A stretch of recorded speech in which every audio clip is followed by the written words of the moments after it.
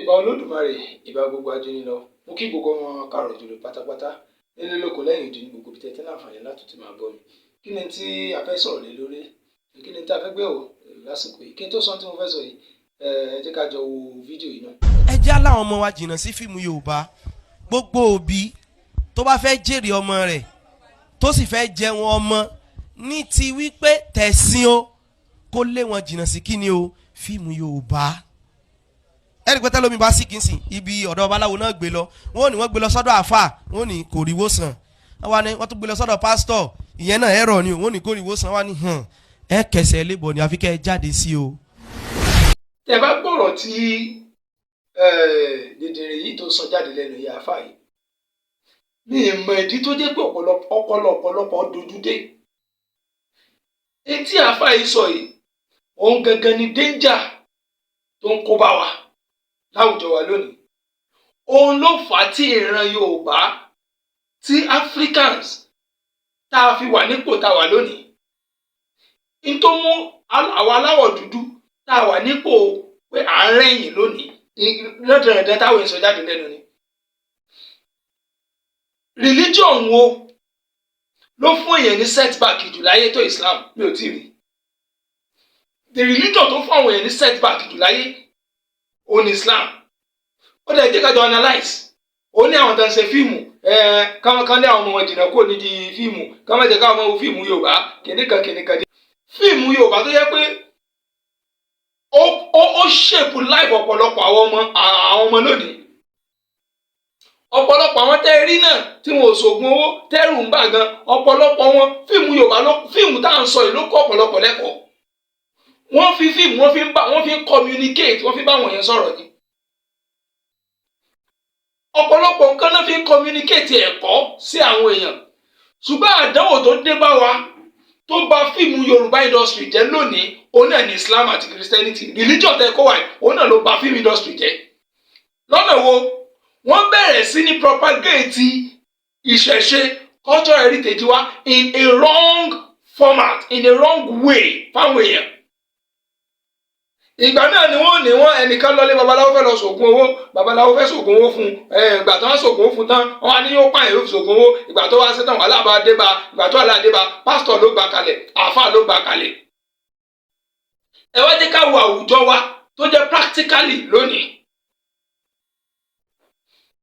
Tẹ́ ẹ bá dé gáràjì àwọn tọ́ọ̀gì àwọn tó mú gbójú gáràjì lónìí tẹ́ bá débẹ̀ tán ya ìhànà tán ya kàtàngórá ẹ débẹ̀ kẹ́ bèrè orúkọ wọn ẹ mọ̀ gbọ́ àfíìsì ẹ mọ̀ gbọ́ Lukman ẹ mọ̀ gbọ́ ẹ lè débẹ̀ kẹ́ gbọ́ ifá yẹmí kẹ́ tó gbọ́ ifá ṣe kan àbí ògùn ṣe kan méjì ẹ ti gbọ́ Abdulaziz Saidi ẹ ti gbọ́ bí 100.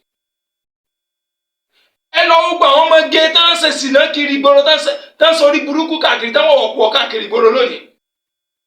Ẹ lọ wo ọ̀pọ̀lọpọ̀ wọn gbogbo àwọn ọ̀pọ̀lọpọ̀ obìnrin tẹ̀ ń rí yẹn tán ń sígbà yálẹ̀ tán wọ̀wọ̀ kú wọ̀ lónìí. Ẹ lọ wo ọ̀pọ̀lọpọ̀ wọn 99.9% wọn ẹ lọ bèrè orúkọ wọn mùsùlùmí ni wọn. Gbogbo àwọn tí mo wá kà yìí gbogbo wọn pátápátá ni wọ́n ṣe wàlímọ̀.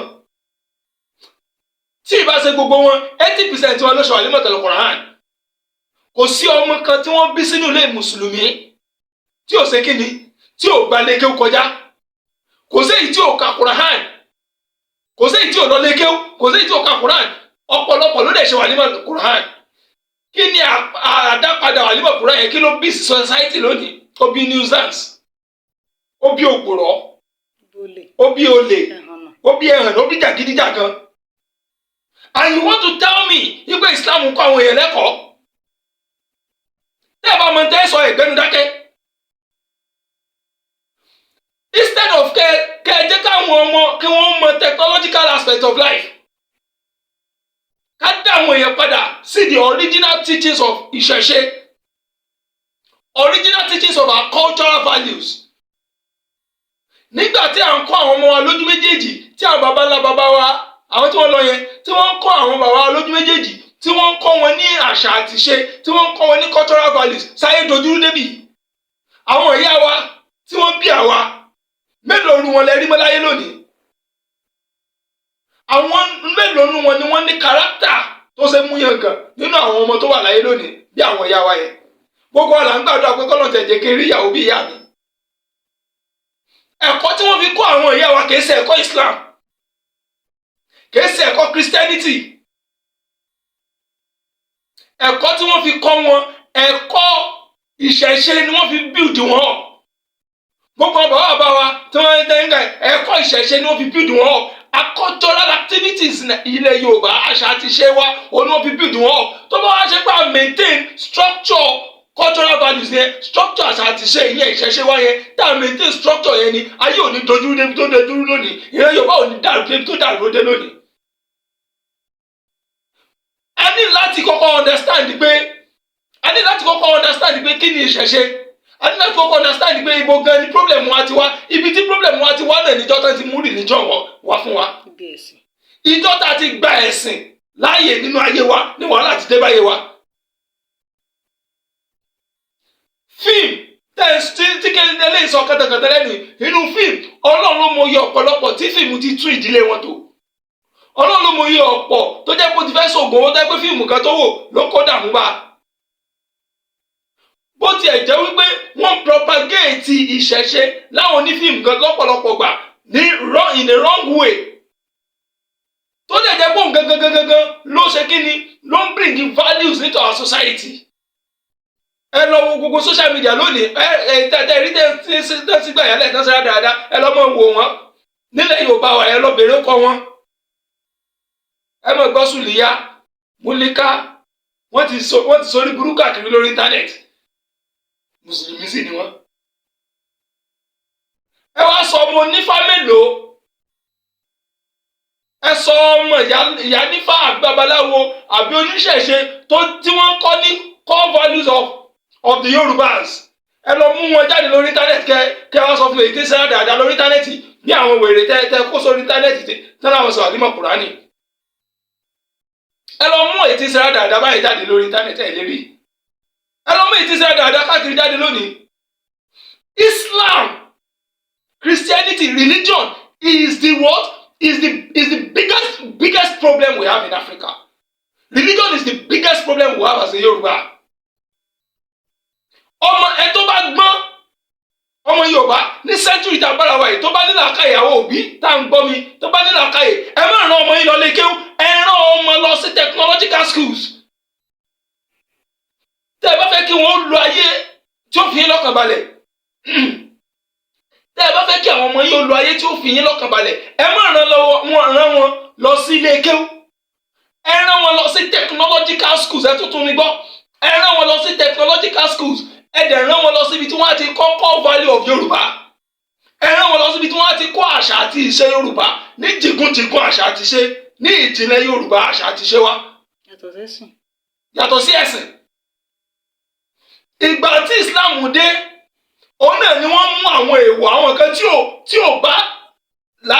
ò bá ìṣẹ̀ṣe tiwa tí ò bá ara tiwa Elédùmarè ṣe dára tí ò bá mu òun ni wọ́n mú dé.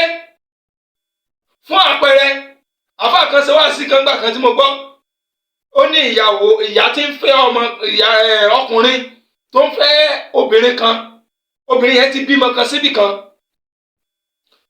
ọkùnrin kò wá sílé ọkọ mọ́ ọkùnrin yẹn wá fẹ́fẹ́ ó wá láìkì ìyá rẹ̀ níwọ̀nba ìgbà tí ọkùnrin ò bá ti gun orí ìyá rẹ̀ àbí kiri tí ò tí fẹ́ ìyá rẹ̀ wọlé gẹ́gẹ́ bí àwọn àmọ́ wọ́n ti wà lójú ọ̀nà wọ́n ti jọ ń fẹ́ra wọn àwọn èèyàn kẹ́ ti mọ̀ wọ́n pé ọkọ àti ìyàwó ni wọ́n fẹ́ fẹ́ra wọn bí boyfriend girlfriend láyè sìn bóyá nǹkan kan wà á ti dà wọ́n pọ̀ ó wá ní tó bá rí ọmọ obìnrin yẹn ó lè fìyálẹ̀ kó mú ọmọ kó lọ́mọ lòun ò fẹ́ yà mọ́.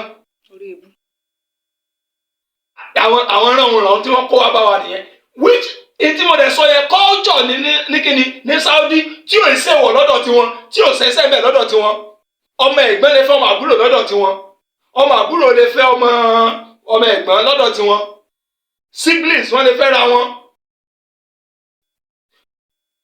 Ṣé nílẹ̀ Yorùbá bí ọmọ agboolé kan gan wọn ò nígbà kan fẹ́ra wọn gbèlè dáṣẹ́ wípé ọmọ àbúrò àbọ̀mọ ẹ̀gbọ́n. So kí làwọn táwọn fàyọ ni pé àṣà àti ìṣe kálukú ọ̀tọ̀ọ̀tọ̀ ni lọ́dọ̀ títí wọn ìyẹn lè má jẹ́ nǹkan burúkú lọ́dọ̀ tiwa nǹkan burúkú ni ìgbà tẹ́sìn ìdè la kó gbogbo àwọn kan wo ìkọyìn lákòókò gbogbo àwọn nǹkan yìí lákò wọnú culture wa ìgbà táwọn nǹkan yẹn dénú culture wa ní gbogbo wàhálà ìbẹ̀rẹ̀ sí ní dé bá wa.